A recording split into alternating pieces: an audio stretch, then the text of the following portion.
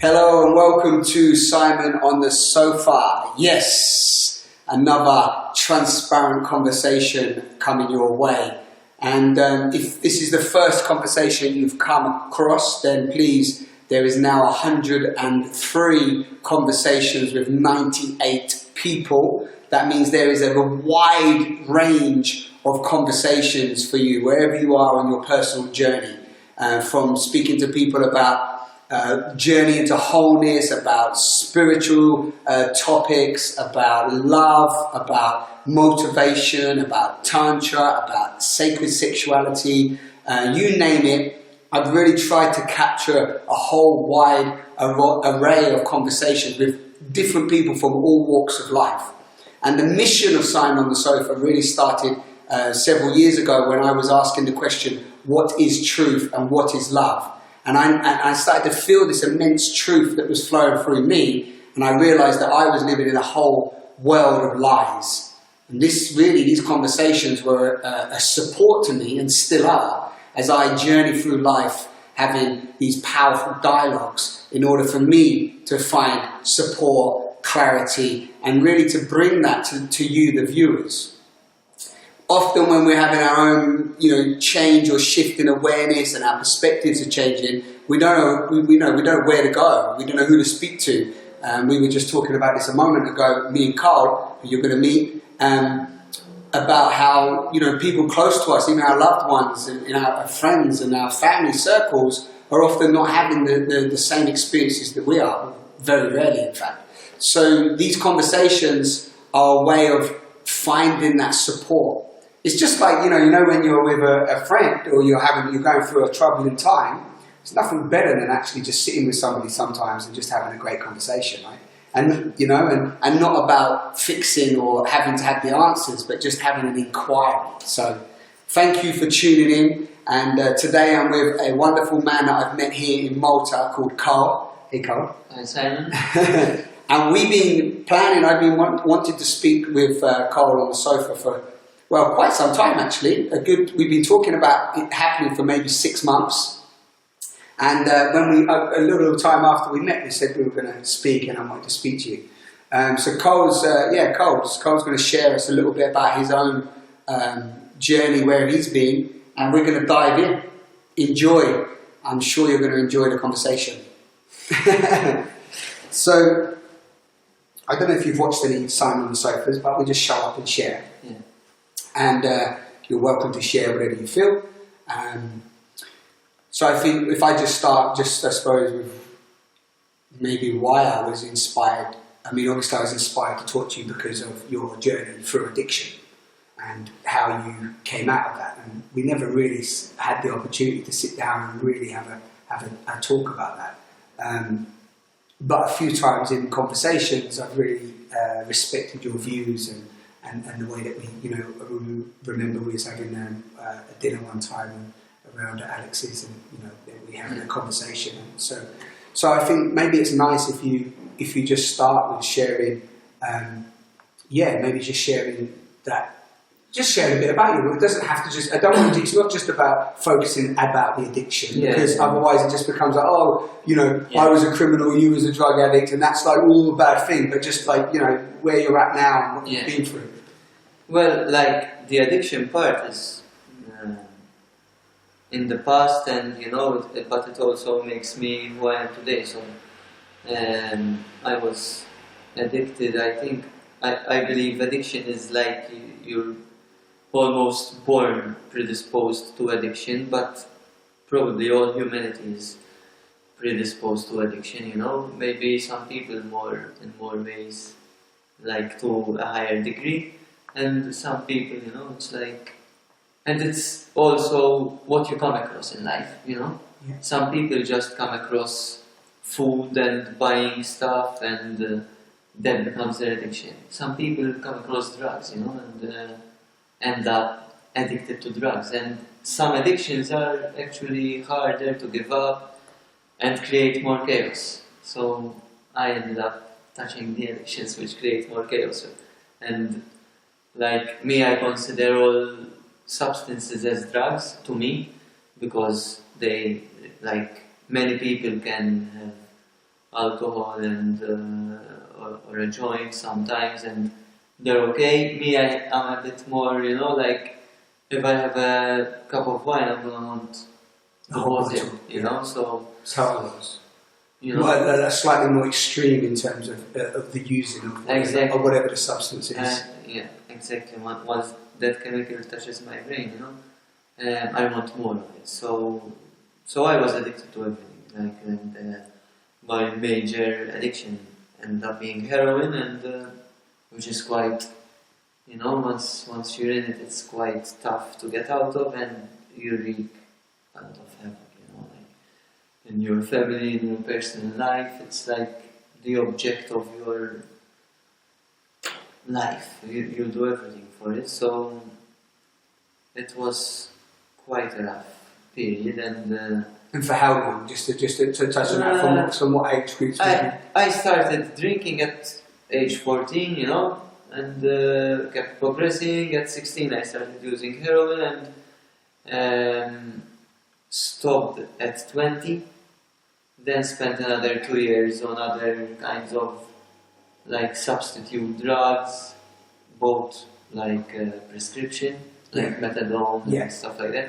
As like a weaning off process. Yes, but still I was using cocaine and alcohol and like other tranquilizer drugs down there, blah blah blah, you know. And then I decided like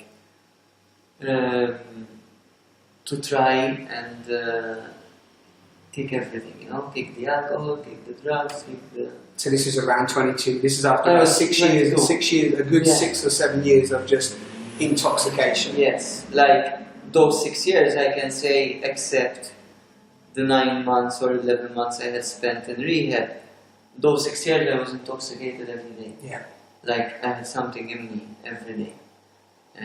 Like, yeah. If, like most of the time it was drugs or alcohol, and like there were times where it was just substitute drugs like methadone, which is still something, and it's still... And it's still dealing with the Yes. the addiction, the sensations, the cravings that you've got going on. It gives you that thing that, like I used to think that without this thing that I will need to have in the morning, I can't live my life. I will be Without the heroin or the without coke the or whatever. heroin, without the methadone, without the coke, without... I can't deal with people, I can't deal with life. People were too difficult for me, and I wouldn't go to work if I didn't have anything, you know, I wouldn't do nothing basically. It would be difficult to get out of bed and do simple things like make a toast for breakfast. That's a big thing, you know, for an addict. So just a normal run, what some would call run of the day, mundane sort of stuff. Even the drive to do that would have been hard. That's hard, you know. Once you have your drugs, then you can do anything. You go to where you're in a blissful state, so you're gonna do it. You don't care, you know. So it's like that's the fuel, isn't it? That's the fuel. That some people might have a vision or whatever it is, but something has to get people out of bed in the morning. Exactly. Yeah. Exactly. And so after that, so 22, when you made that decision to say, you know, what drove that decision? You made a decision to say, because I know I had my own for my journey. It was interesting. There does often become, you know, something drives that. What do you feel drove that? For you to think, okay, I want to just stop everything, drink, drugs, the whole lot. I think the biggest drive was seeing other people do it, like friends who were on the same, like we used to use drugs together and then they were clean. I was seeing people actually being clean and happy. I hadn't seen that, you know, like before. And for the last 2-3 years of using, I was seeing that, you know, I was seeing people actually living without drugs, without alcohol, and I was thinking, so this now has become the major thing in my life, you know. If I want to get something accomplished in my life, surround myself with people who have already accomplished it, who believe it's possible, if you surround yourself with people who believe it's impossible, you know, Right. it's not gonna become a reality because you're gonna be in that space where this is impossible. Yeah. You know. So even in other areas of my life today, when I want something to become true, I start surrounding myself with people who make that thing like look easy, basically. Right. You know. Yeah. And then Which is quite a simple philosophy, but actually very difficult. yes, It's not. Of course. When you say it, I can see that there's so much power in that, and that's actually how people do change. But it's very difficult to even put yourself out of that because that's taking yourself out of the comfort zone. exactly. But don't let me digress you because continue. Yeah. So you No. you was that seeing these other people, friends, and other people over that sort of 2-3 year period of feeling clean or looking clean and being happy, that gave you some incentive. Exactly, and as you're saying, it takes you out of your comfort zone because it took me 2 or 3 years to actually say, okay, because you're not just gonna stop using drugs, you're gonna leave the lifestyle, leave the friends you have, you know. And some of those friends were actually nice people, you know. They weren't like, but I knew I had to change my lifestyle and start being with new friends, you know, like do new things. I didn't know what I liked doing. You know. Yeah, because you mentioned this to me before. It's not like you had a whole heap of hobbies that you were doing. You were working though. I was working with my family. Yes, you know. Yeah, and so you had a job. It wasn't like this is getting me out of bed every day. No, I'm happy to be. Like, you know, I was happy with my job, but like my job is quite, you know, a family feeling because I've been working there for a long time, but it wasn't a drive, you know, so like I had to find out what I like in life, and I had no idea, like, so that's why it took 2 or 3 years to take a decision to leave everything behind and dive into something new. Right. You know, it's not easy. Yeah. So tell me after that. I know I totally relate to you because you know for me stopping.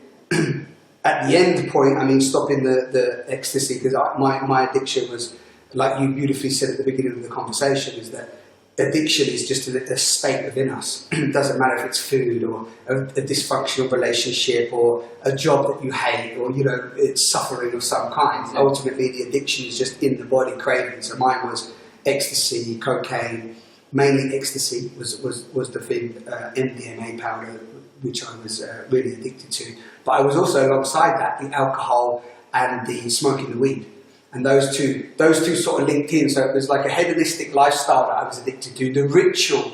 Now what I found, and I don't know if we mentioned this, me and you spoke about this before, but it might be something worth speaking for people listening who are struggling with addiction, is that I was very much addicted to the ritual of it as well. Yes. You know, like getting ready, buying the stuff, you know, the buzz of going out and either dealing or meeting people, and that whole world consumed me. You know, to leave that world, I didn't actually know much else out of that. You know, I was hustling. Yeah, I was in the daytime. I was still doing a job, and I was still, you know, and I didn't go as far as crack and heroin. So, you know, I don't know.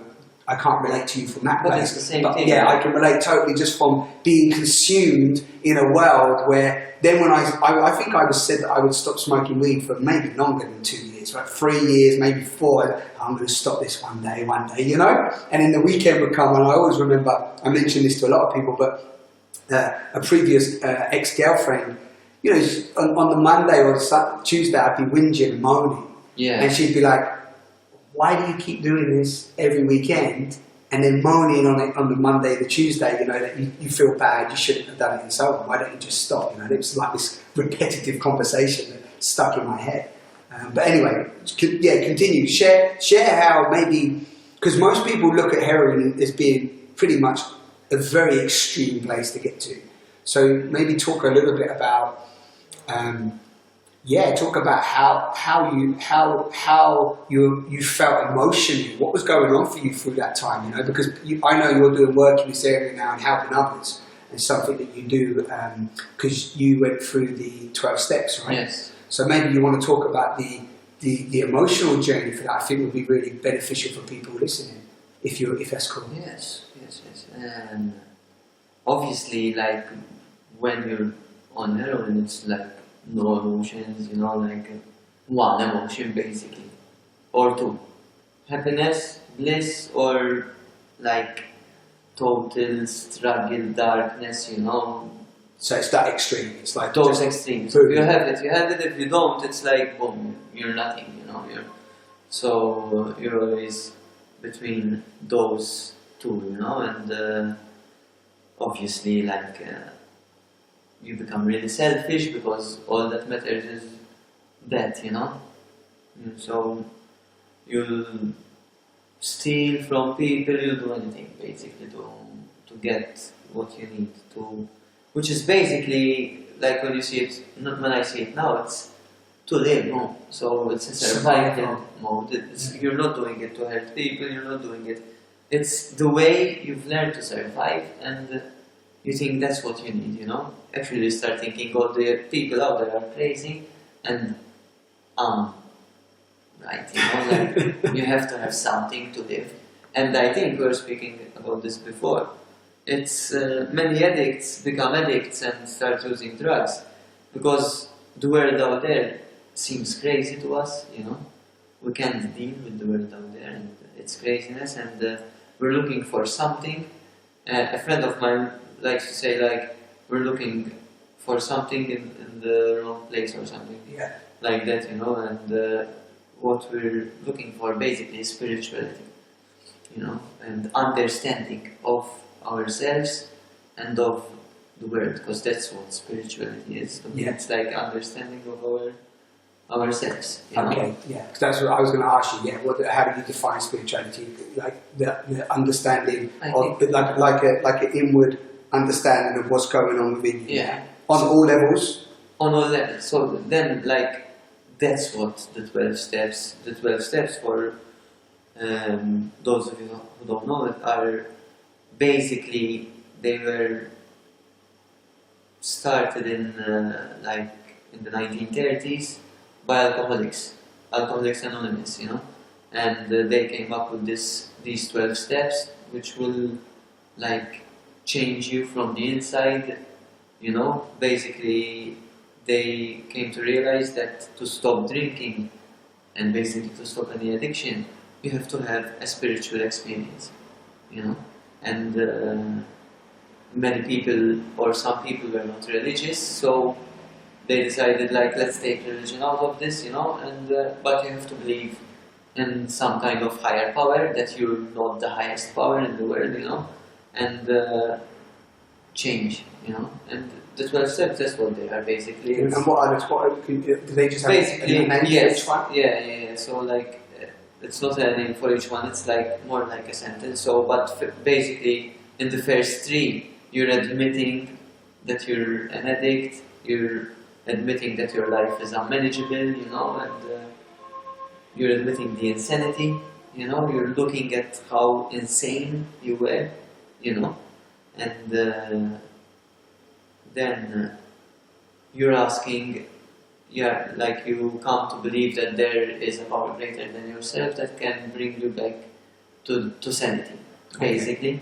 Those are the first three steps in a nutshell, and if you see them from the point of view of not being an addict to drugs or alcohol, or, you know, it's the same thing, you know, like many people can realize how insane we are to think that we need a 20,000 euro car to feel good, you know, or how we need to be working in a job we hate for most of our lives. Good, you know? Exactly. Like when you get out and look and you think, it is insane, you know? So why are we accepting this insanity in our lives? And but for many of us, it's become normal. Like to me, drug addiction has become normal. And basically then the fourth and fifth steps, you're making a total inventory of your past, you know, and diving deep into your past, seeing why you act the way you act, you know, where it's coming from. This is just for a process of analysis, Yes. or you're asking questions? Asking questions, you're asked questions that are different. The specific questions Yes, that they're asking you, yes, yeah. you know, So it's for it's a about deeper inquiry. everything. It's about like your childhood, sexuality, you know, everything, you know, like what you went through in life, basically, relationships. Powerful questions, how to Powerful change. questions, you know. The fifth step would be actually sharing it with someone. Okay. So you're like doing the fourth step without thinking that you're gonna be sharing it with anyone. You have to get that out of your head Yeah. and be totally honest. Yeah. And then actually find someone you share who we call a sponsor, but it can be anyone. You know, like if I trust you and like I want.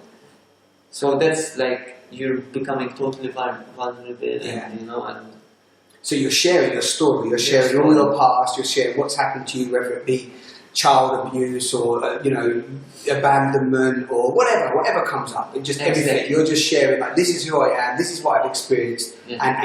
and you're confiding in somebody else. Exactly. Great. So you're actually, by doing that, you're giving it life. Yeah. Yeah. You're bringing it alive again, which means you have to face it. You have to face Right. it. Okay. And that's five and six. That's 4 and 5. 4 and 5. And then 6 and 7 are more in like you're addressing the defects of your character at present. You know, like for example, if I have a defect of people pleasing, you know, which always gets me feeling bad or something. You know, like so you're addressing that, you know, and you're asking a God of your own choice, a higher power, whatever you want to call it, you know, the universe to help you get rid of these defects or accept them and live with them, you know.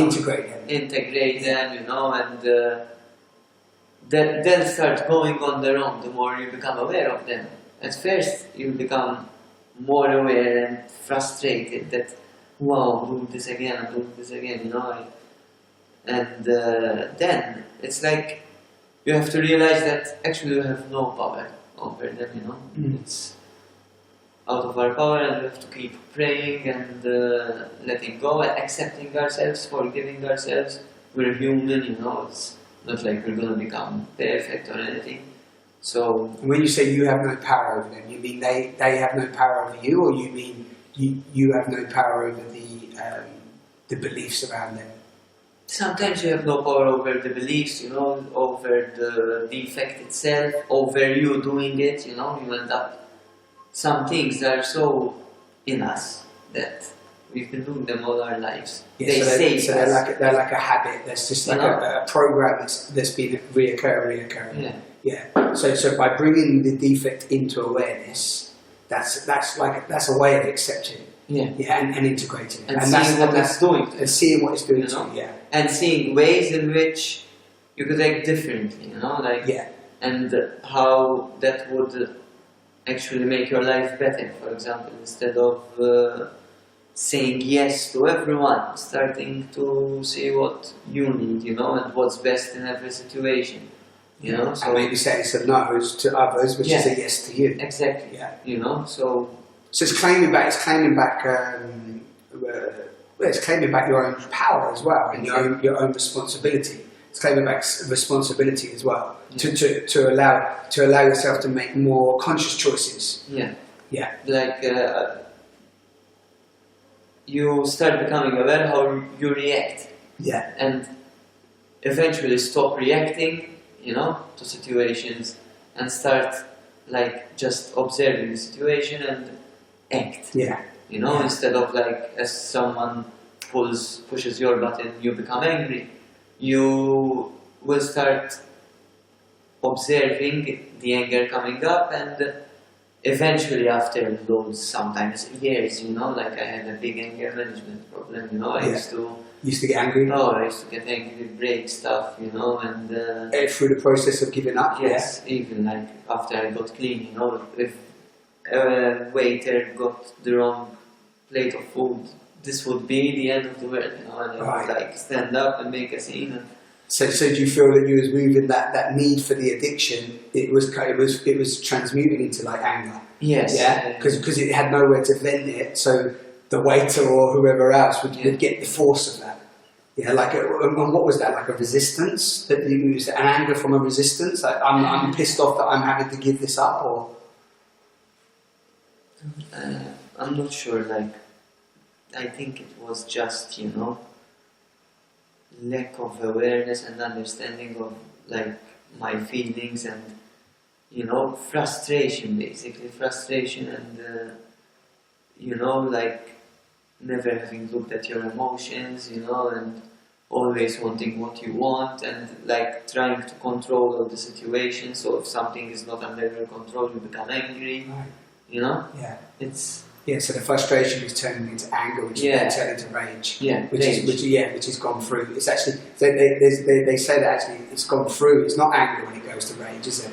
Because actually anger can be a very beneficial energy when we like do what you said, observe it, channel it, and use it. It can be a creative force, which it is anyway. Because look what it does, Dan, or create. It creates a lot of problems, Exactly. you know. But if you transmute that, it can create a lot of joy as well. Yeah, for sure. But it's about acknowledging again, because you said that even heroin detaches you from those. Well, I know all drugs do, but stimulants, addiction. In fact, addiction. Would you agree that addiction detaches us from our emotions? Because that's what. Yes. Addiction to anything. Yeah, to anything. Yeah, exactly. That's what I mean. Addiction to anything detaches us from reality, basically. You know, like we use addictions to escape. Reality, right? You know, to not face reality, Yeah. and there are many ways, you know, we don't face reality. Yeah. Many of us don't want to face reality as it is, you know. Yeah. Basically, that what's reality? You know, that we're in this world, we will get sick, we will die, we will have beautiful moments, we will lose people, we will find people. We don't want to look at all that stuff. We don't want to look at like. That some people have different ideas from us, you know. So we get addicted to our ideas, we get addicted to many things, you know, addicted to TV, stuff which takes us away from the moment and our beliefs. You know, addicted to our beliefs. And like we said earlier, actually, when you arrived today, we were saying that we were talking about existential breakdowns, and I said, I think I'm going through another existential breakdown right now. And Karl was like, I know what you mean, you know, not meaning he is now, but he gets that terminology. And it's ultimately just facing death, you know.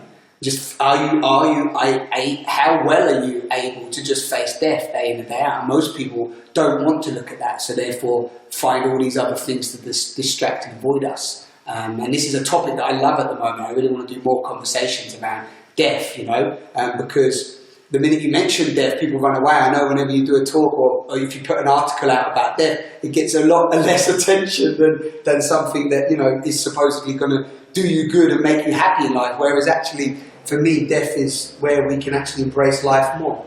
But anyway, you was up to number, unless you want to talk about death, which I'm happy for you to, but please, but you was up to what number? 8? You was up to? Then 8, steps 8 and 9 are like amends, you know, like 8 you make a list of like people you harmed, which will include yourself, you know, right. And 9 you go out and do the amends, you know, like now you can't, if like an addict has been stealing every day, you know, from different people, you can find those people.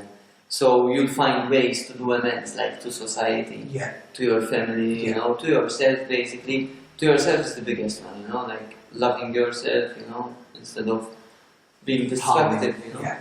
So that's 8 and 9, you know. And you would do a good deed even, or just be positive, you know, but like to yourself and in others. Exactly. Yeah. You know, living a clean, good life.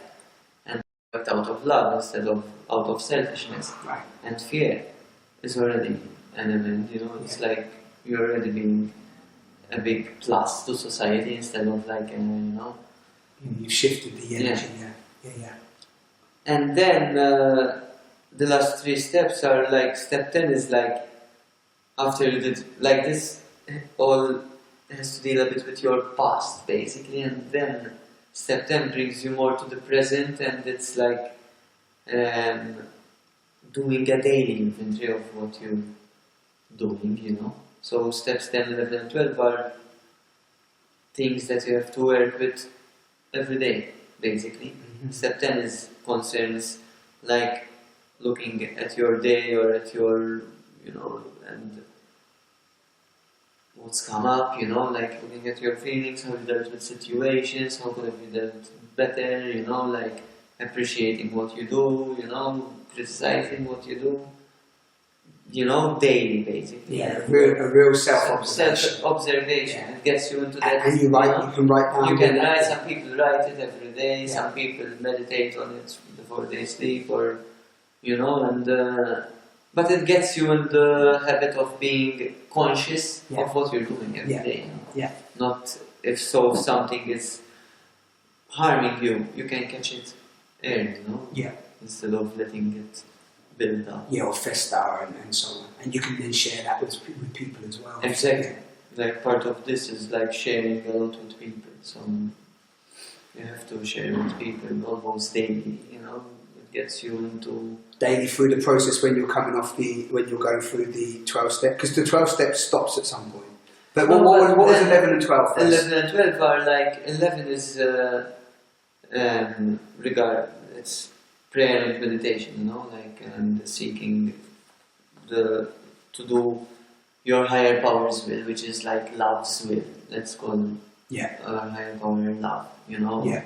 So instead of seeking to do your own will, what your mind is telling you to do, which might not always be the good idea, starting to see what's really in tune with love, what is the loving deed that I can do in this situation. Trying to get into that, and meditating, and so opening to love. Yeah. It talks about prayer and meditation. And step 12 says that after you've had the spiritual awakening, which comes through these steps, you carry the message to other people, so it keeps you in the loop of helping others, Yeah, like a pay it forward. Yeah, exactly. Now, the best way to do it is through the fellowship itself, through NA itself, basically, or at least it gives you a platform to do it, So you can go and help somebody else that's come through the 12 steps. Exactly. Which you do, right? Yeah, I do. More than one person, or? More than one person, yes. At any one time? At any one time, even by going to the meetings regularly, and because when I came in, I stopped, I said, because I saw people were doing it. So people need to see other people. If we all go through this beautiful process and then say, I'm good now, I don't need to go to these meetings anymore, which you might not need to, I don't feel that if I don't go to a meeting, I'm gonna go back to using drugs. I have a nice, life group of friends, positive people in my life who weren't drug addicts or who were a mix of people, and I'm quite comfortable in my life now. But still, when I go there, I connect to that part of me, and I still remind myself that my mind, because although all this stuff, I feel much better now, I act totally different, my mind still tells me crazy stuff, so I have to keep it in check. Keep it in check, and you still have to do your practices, right? So whatever that might be. That's what is keeping us safe. Right.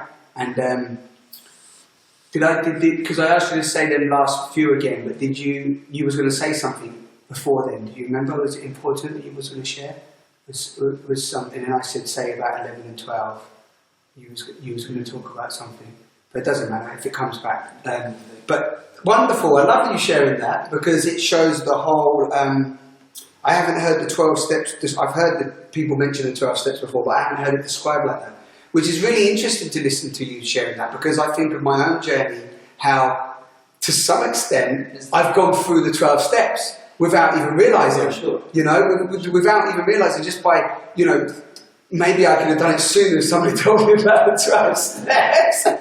But at the time, I think about how I've had to go through the cathartic process of writing about my past. It wasn't until I wrote about my past that I could really let it go, and I'm writing a book about it now. It wasn't until I really got positive and looked at my past, looked at myself, looked at where I was harming myself and others, that I can really transform. And then, as I said to you earlier, in 2007, when I had what some would call a spiritual awakening, right? That would have been like I was at step 10 or whatever. And then after that, it was like, wow, how can I share this message and how can I help others? Which is what is 11, 12 and so on. And I've continued to keep adventures and then pulled myself, or just whatever, one thing led to another, and ended up meditating and went off to Vipassana a couple of times and was really just naturally started to become interested in like what is meditation, what is yoga. So it's quite interesting that whoever devised that in the 30s, you said, the 1930s, was actually obviously had their own experience of all of that, right? And was probably an alcoholic or... An alcoholic. Carl Jung was involved. Carl Jung was involved. Interesting. In it, because someone asked Carl Jung, like, what should I do to give up alcohol? Right. And he suggested, like, you need to have a spiritual experience, Right. That's the only thing that will get you. Yeah, that will create something big enough to like realise that the addiction is not who you are. Exactly. Yeah, powerful. Yeah. Powerful. No, I think we all, because then after I did this and through this I was reading loads of spiritual books and got interested in meditation, and swimming. And loads of sports. Sports. Loads of nature, Yeah. And, Karl swims like crazy now. You still swimming? Not at the moment, maybe, but yes, I swim. Yeah, I swim every day. You still swimming every day? I was swimming this morning. You're still swimming even now? Today it was the coldest. Yeah. But it was the most beautiful ever, actually. And you've been swimming every day for how long now? Quite some time. I started swimming every day. No, 3.5 years ago, I started swimming in winter. Yeah. 3 times a week. Then the next year, I moved closer to the sea, so I could do it every day. And basically, it's been every day for 2.5 years. Like, now, I've actually accepted that some days I won't swim. Because for a while, it had to be every day. But like... That was your addictive personality. Yeah. But now, like, I wake up sometimes once or twice a week. I end up not swimming either because it's really rough and I don't want to go to the other side of the island where it's gone. Yeah. Or it's been raining. And you just found a nice flow of it, yeah. But that's how addicted we become, Yeah. You want to keep your routine. So I'm learning to be more flexible now. But with swimming took me into something I love, which is long distance sports, basically. Because then I started, I used to run already, I was already like running, trying to get into the habit of running 3 times or 4 times a week, to keep fit and stuff like that. But then, because if you swim in winter, you have to swim, you can't lie in the sea, you have to move your body or you'll get really cold.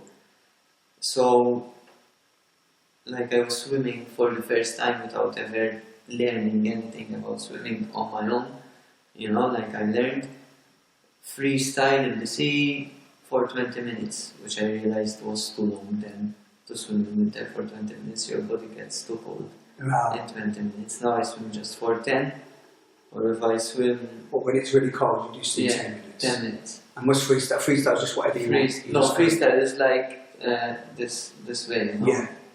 And what, you just go 5 and 5 back? You time in, or you just know? No, I know, like I don't. Basically 10 minutes, Yeah. I do it usually during my run. So I'm already warm, I swim for 10 minutes, get out, get warm again, because I have to run back home. Amazing. Yeah. So, but it got me in love with doing distances then. And then like I wanted to do a long swim from Gozo to Malta, so I was training for that, When I say training, I never do any, what do you call it? Routine training. Training for me is going to the beach and swimming for 2 hours, Yeah. And increasing the time always. Yeah. But for me, doing long times, then I started getting into long distance running, So but it's all things that I felt, not someone told me try long distance running, or I started feeling I want to run longer, and I did. Right. When I did, I attracted people in my life that do that. Yeah. And Yeah, so you started to find things that you loved and enjoyed that Yeah. was just coming naturally more to you. basically, I realized like what I love doing is being in nature, and being in my body and living as natural as possible. And 3 years after I got clean, I started examining my health habits, like my eating habits. And I started becoming aware that maybe I don't want to take more medication when I have a headache or when I have flu, So I started looking into what kind of food helps me to not get the flu, or to what herbs can I take instead of, Beautiful. And it started like, then I became obsessed about eating well for a while, and I still am, but now it's natural and Yeah, it's your way of life. it's my way of life, Yeah. I like to eat natural, and I think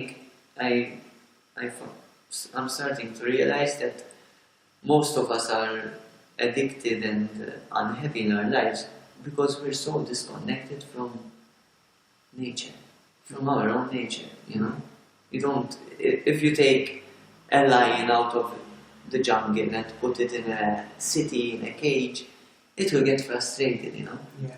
We think we're used to this, to Yeah. being in a big city, to going to schools which are dull and grey and Yeah. learning stuff, being forced to learn stuff we don't want to learn, and killing our creativity, and eating stuff which never existed, it doesn't grow on trees to eat, Yeah, it doesn't grow in trees and doesn't have any nutritional Nothing. basis whatsoever. So how do we expect, like It's not rocket science, is it, when you look at it clearly? when you start, but when you say it to some people, they think, but what are you saying, like this is Yeah. normal, Yeah. Don't be too extreme. So what you're saying is that disconnection has become normal. Disconnection has Yeah. become normal. Yeah. Actually, you're looked at as a bit of a freak, a bit of an extremist if you're, Yeah, if you're eating a bit healthy, eating some greens and going for a run. Going for a run, Why? Oh, he's one of those fitness freaks. Yeah. For some people are inspired and start seeing that maybe you're onto something, Like if you look happy and you look like you're calm and you're enjoying life, then something is maybe working. Yeah. Because I can say that I have the same life situations, because I don't even like to call them problems anymore, like other people do, but and sometimes I really feel them, sometimes I don't, but Yeah.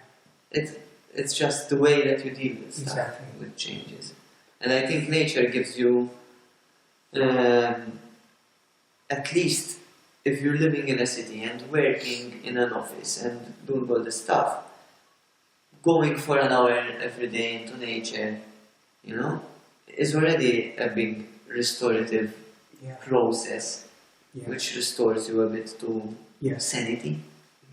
gives you that. Yeah, which is why when people even when people go on holiday or they have an experience or they go into the nature for a while, they often wonder why they're so calm or relaxed, or and actually ultimately what they've done is take themselves out of the environment that wasn't nurturing them, Exactly. it wasn't boosting their serotonin levels and making themselves feel good. And actually what they've done is maybe go to the beach, feel the enzymes off the sea, watch some sunsets, walk in nature, and just feel the goodness of that. So so nature's healing, Yes, just for sure. full stop. Yeah, you Yeah. don't need to, like me, I like running, I like swimming, but you don't need to go running, Yeah. swimming, like walking in nature is, looking at nature is, just healing, and even looking at nature, you see the calmness of nature. Nature isn't trying to do anything, but it's achieving everything, A tree will grow without really struggling to grow, it just grows. So when you see that, you start becoming calmer. Yeah, nature shows us effortless effort. That's it. Yeah, and we are, I think of myself as well in this, is like how we're, constantly finding, it's a battle and a struggle and challenge after challenge to, like you said earlier, to survive amongst what's actually going on out there. Because everybody puts themselves even more in that disconnection or even more in the battlefield, thinking that's where we have to succeed. Because actually it's almost as if like we need to step out of that. I think so. Yeah. So that's great. I've got to check something just to make sure we're filming still. Ah! Yes. I looked over the camera, I didn't see the light. Thanks everybody for tuning in and listening to us still. Just had to make sure we were capturing this wonderful dialogue. I had a little glitch in the mind messing with me again, isn't it? Like you said earlier. So, okay, so yeah, amazing. So much richness there. So maybe what I think we'd love to do is, again, I'm always thinking about, I love what you shared about, in the beginning you shared that often people, they don't have something to strive for. So what we spoke about today is, for anybody that's out there finding themselves in that addictive nature to whatever it is, there has to be a driving force that pulls them out of that program, that repetitive habit. So for me, when I was younger, to get out of the crime circles that I was in, I really needed something big, and I chose to become a professional actor. And it was like, I'm going to become a famous actor. It seemed like a very great driving energy. It's like, okay, I can do this. So that gave me drive. Not to say it didn't take still, 3, 4, 5 years to even try to break out of that. And I was very aware today when I was listening to an audio that I recorded a year and a half ago, how we can know something and we can see what's possible, but it does take time to really break ourselves out of these habits and addictions and repetitive cycles. So I'd love for you to just share, maybe again, just sort of as a sort of closing dialogue around, what people out there who may watch this could do. And also, I'd love you to talk a little bit about your new venture that you mentioned as well, about what you're doing in Malta, with having a voice for those that have been drug addicts. Yeah. But what comes up for you when around that? Because I just blanked out. So before the voice, maybe like for anybody out there, just that it takes a long time to we're just talking, or even just, I think you've covered most of it, but like what can people do today? Because for example, you went through the 12 steps, you went through the process, but it's not just like, did you go back? Did you what's the word when you relapse? Did you relapse ever? No. No. So once you did the 12 steps, and then you became clean. But like this time, yes, it's been 7 years now. Yeah. But before I was in a rehab and I relapsed, and I try and and some people try the first time, they don't, try the second. It's about you keep trying, the first time you relapse, it's every time you will grow more, the important thing is to break out of it and not stay in that relapse. But for other people who maybe don't want to get into a 12-step program because they don't have an addiction but want to just get out of our daily addictions, I think it starts out really simple, starting with simple things, like trying to go for a walk every day, and having, if you eat really unhealthy, have a healthy breakfast at least, or some healthy food with your unhealthy, and start seeing what that does. Yeah. Start looking for new friends, start looking for new, at least here in Malta, in many places in the world there is so much events going on, try new things, go to that, weird meditation that, many things I used to think are really weird, To go sing mantras for me was, what am I gonna know? Like, people are gonna laugh at me if I go sing mantras. But even if you don't enjoy it, which I do, you're gonna meet amazing people, So like, start looking for amazing people, and you'll find amazing people who are fun in these places usually. Yeah. There's many worlds out there, isn't there? Many worlds. So if what you're doing is working, fine. Yeah. If it's not, look for new things, because there's a lot of options out there. Even sports, like I like a lot of sports, but it can be healthy, it can be unhealthy. If you're in an environment where it's competitive and it's like, I want to run over you, and be the best, and so you're feeling not too well in that environment, look for someone who does it for the fun of it, not for like boosting his ego only. Yeah. Which it does boost your ego, everything boosts our ego, we all have an ego, and, but you're not doing it just for that, you're doing it for fun. Yeah. With people who have fun doing it. Yeah. So basically start doing things you have fun doing. Follow your joy. Yeah, and then you will start, because what you said, we need a drive. You were saying a drive, totally. Something to be an actor, We have to find out what our drive is, because that's what makes us feel alive. Some people, it's helping others, and there are many ways to help others, So some people, their drive is to make really beautiful furniture and give it to people, and so they're a carpenter.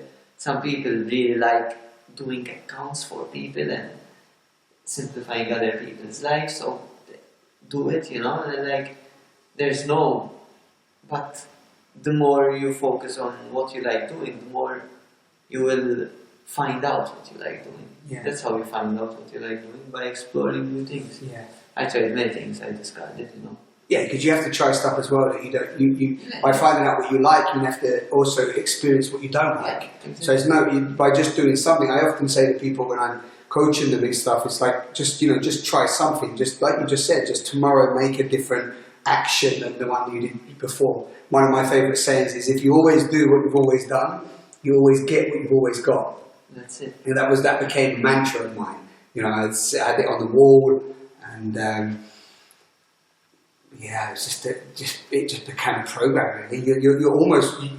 Really, you're just reprogramming yourself. You're taking the old habits that were not serving you, and then you're reprogramming new habits that do serve you. In a nutshell, and you're just constantly implementing the new programs. Now, of course, we've evolved and we've had computers in the world. But you use the computer analogy. If it's got a virus in it, you need to get rid of that virus, and you need to take it out of the computer, and you need to reinstall new programs. But if you put something in the trash, you're just putting it in the trash. That doesn't mean you're actually taking it off the computer hard drive. You've got to wipe the hard drive. So I always say to people, are you ready to wipe your hard drive? Wipe the past away in terms of bringing it to awareness, like you said, and then start installing new programs. How do you want to live? How do you want to be? What relationships do you want? What do you want to serve? What do you want to contribute to this with this precious time that you have? Because time is fleeting, Yeah. So cool. So do you want to talk a little bit about what you're doing now with a group of friends and in Malta? That would be lovely. Yeah, we started this new NGO called AVDA, AVFDA, a voice for drug addicts, basically, and it sprang out of realizing that drug addicts don't have a voice, when there's talks to change laws or stuff like that, there's always professionals and psychologists and doctors and ministers, but there's no one speaking for the drug addicts, and they need to be there because it's like they're deciding for them, so it's good that. But it's also evolving into something else, because we know that addiction comes out of what we just talked about, so it's morphing into something that wants to go out there, and what I learned about how to live when I try to stop addiction, try to teach that when we're young, you know, give the children, give people, older people, you know, adults, this way of life before they, you know, before they need it actually, make it the reality. How can we make this a reality for everyone? Yeah, so it's just educating and bringing into awareness a new way, a new perspective, a new way of interacting with life. Exactly. Wonderful. Yeah. It's, and you mentioned something earlier about mainly the children, right? But even having this as into the education programs as well at some point. Yeah, like even discussing, for example, with people who work in the addiction sector, you know, how we feel on the other side, you know. So what can be done better? What tools aren't we utilizing, you know? Right.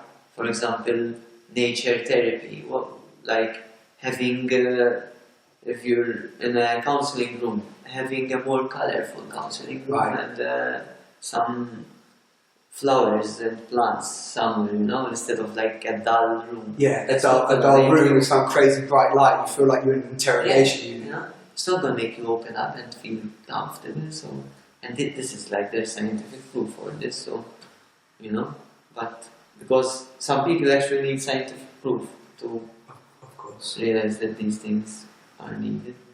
So you want to work with the practitioners in those areas as well as the NGO and go in there and, you know, offer inquiries and also just offer your perspectives from actually addicts, that because it was created from a group of ex-addicts as well, right? Yeah. You and 4 or 5 other friends. Yes. Yeah, wonderful.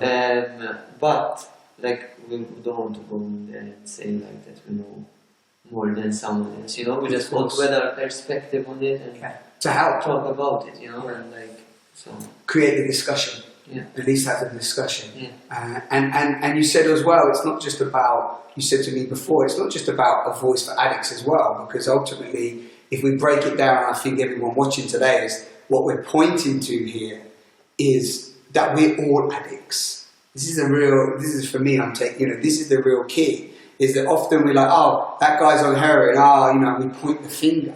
But we very rarely actually observe why these people are addicted. And then what we do is we cover up our own addiction by often projecting outwards by where the addicts really are. Like, you know, that person's got a problem over there, which pushes away the focus of ourselves. So for me, you were saying that the NGO is definitely a voice for addicts, but it also can branch into just giving people the opportunity to look at all forms of, it's branching out from just being about drug addicts per se, but just addiction as a huge topic that we don't even get told about in schools. I mean, it's not like in schools you're told, oh, by the way, you are going to be addicted to many things in this world, okay? Addicted to approval. Yeah, exactly. A need of approval, fear is the big one. I mean, I was writing recently just about the addiction to fear, how we've become addicted to the sensations of fear, the releasing of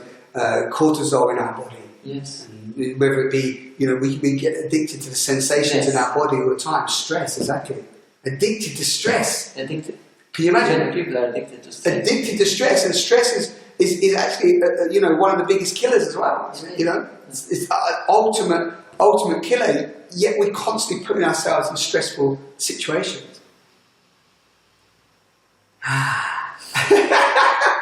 Nice. I want to thank you as well. I want to thank you for being so open and transparent with where you've been. I know we dived into the addiction, but I feel that I've got to know you more through you sharing the experiences that you had.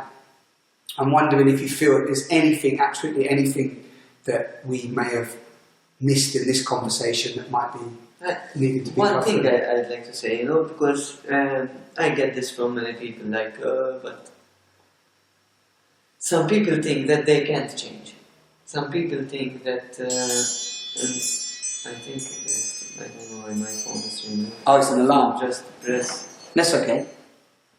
That was your alarm to go swimming.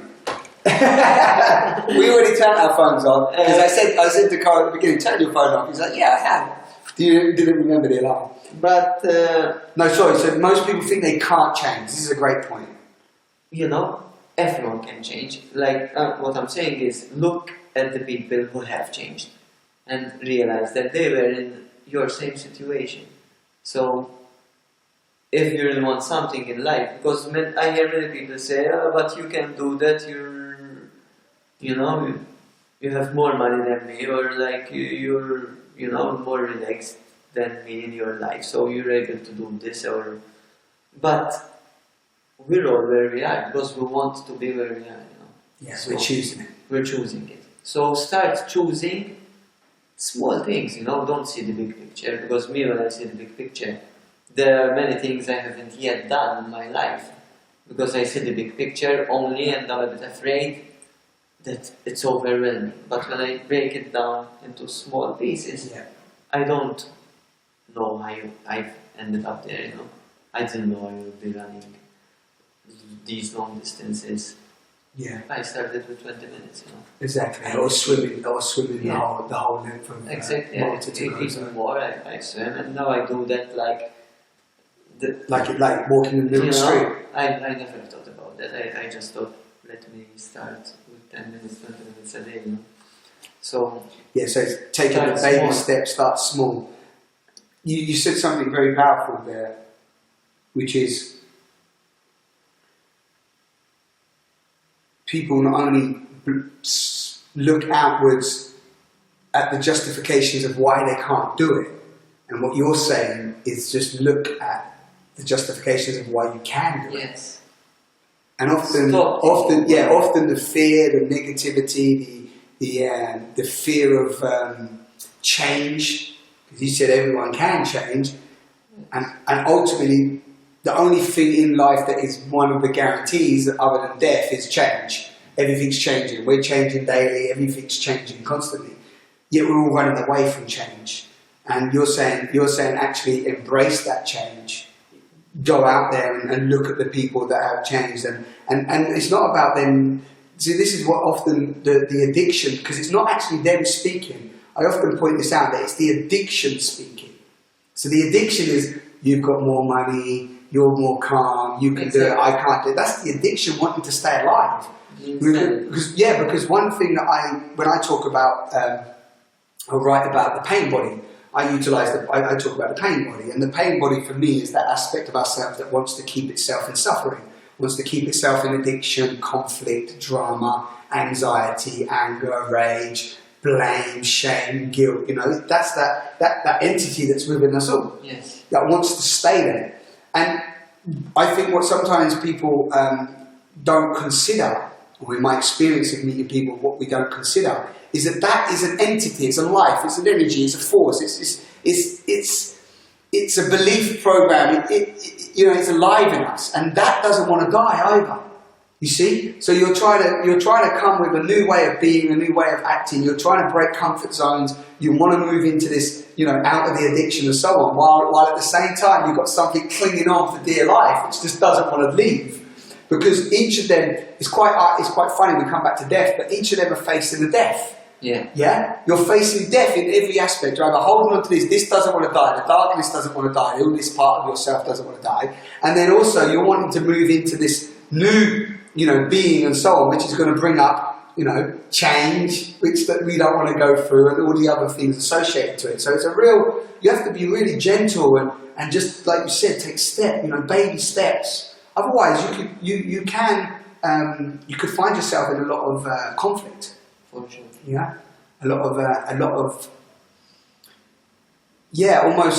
almost if you keep looking at the big picture, like you said, that's going to limit you, that's going to block you. Whereas you've got to look at like you just said. I know I'm repeating what you said, but I think it's key for people listening. Just the small thing, the little small thing that's doing you good. Change for whatever reason. Maybe it happens fast for some people. Personal transformation, personal change. I'm speaking for myself here. It just takes a long time. I'm 37, a lifetime, and it's non-stop. It doesn't stop, but you have to start to embrace it as that is the path, that's the enjoyment. Otherwise, you don't even get a sample of the love that's in this world, or the joy, or the bliss that's there. Because I don't know if you agree now, but I always say that the ecstasy that I experience from speaking my truth and, you know, being more in a place of gratitude and appreciation for life and service and helping others and helping myself gives me much, much, much more joy and euphoria and ecstasy than ever taking any MDMA or drugs of any kind. You're in that state, or like it gives you for sure much more. Yeah. Makes you happy, like Yeah. naturally. Naturally happy. Happy. Yeah. You know. And that's not for anyone out there who is addicted to go, oh yeah, that should then be your end result. But just to know that there is that happiness that you're seeking in the stimulants, the dysfunctional relationship, the food, the drugs of any kind, the alcohol, the tobacco, even just the dopamine, the serotonin, all of these things that you're striving for, you can actually enjoy a real happiness that is beyond the need for anything to give you that. It's actually, I'd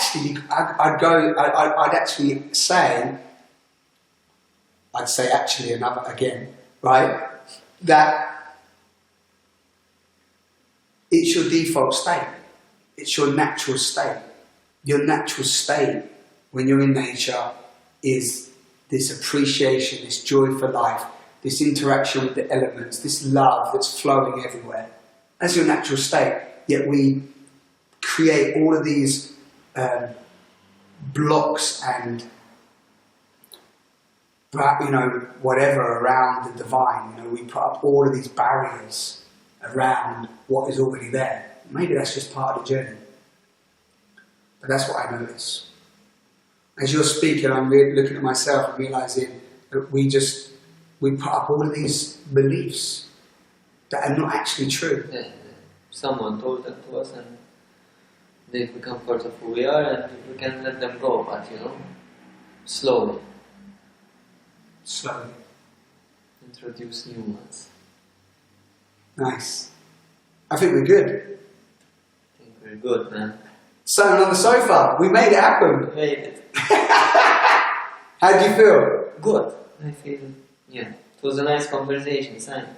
Yeah, it was a nice conversation. It was nice. And I appreciate it. I had a bit of a headache today. Karl called me before he came round, told me he was coming. And I didn't want to put it off, and I had a bit of a headache. And I'm glad we did it. Yeah, me too. I'm glad I rested, we had a drink, and I'm glad it happened. I'm glad it happened. So, yes, people, thank you for watching, thank you for tuning in. I never know how long these conversations are, but they have their own life. I may speak to Karl again at some point. I'm going to explore what he's doing with his NGO and the guys that are involved there. And if you're out there, I hope this conversation may have given you some support or some questions. Maybe you have your own inquiry. Maybe you can be a voice. Maybe you can create a conversation yourself. Maybe you can get a camera and have conversations with people.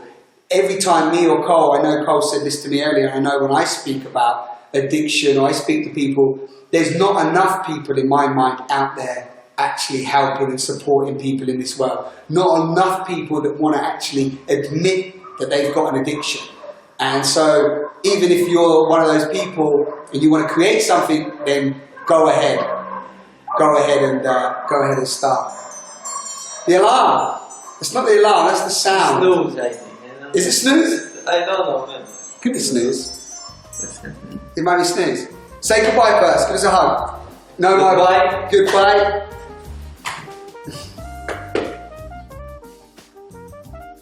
Simon on the sofa. Ciao.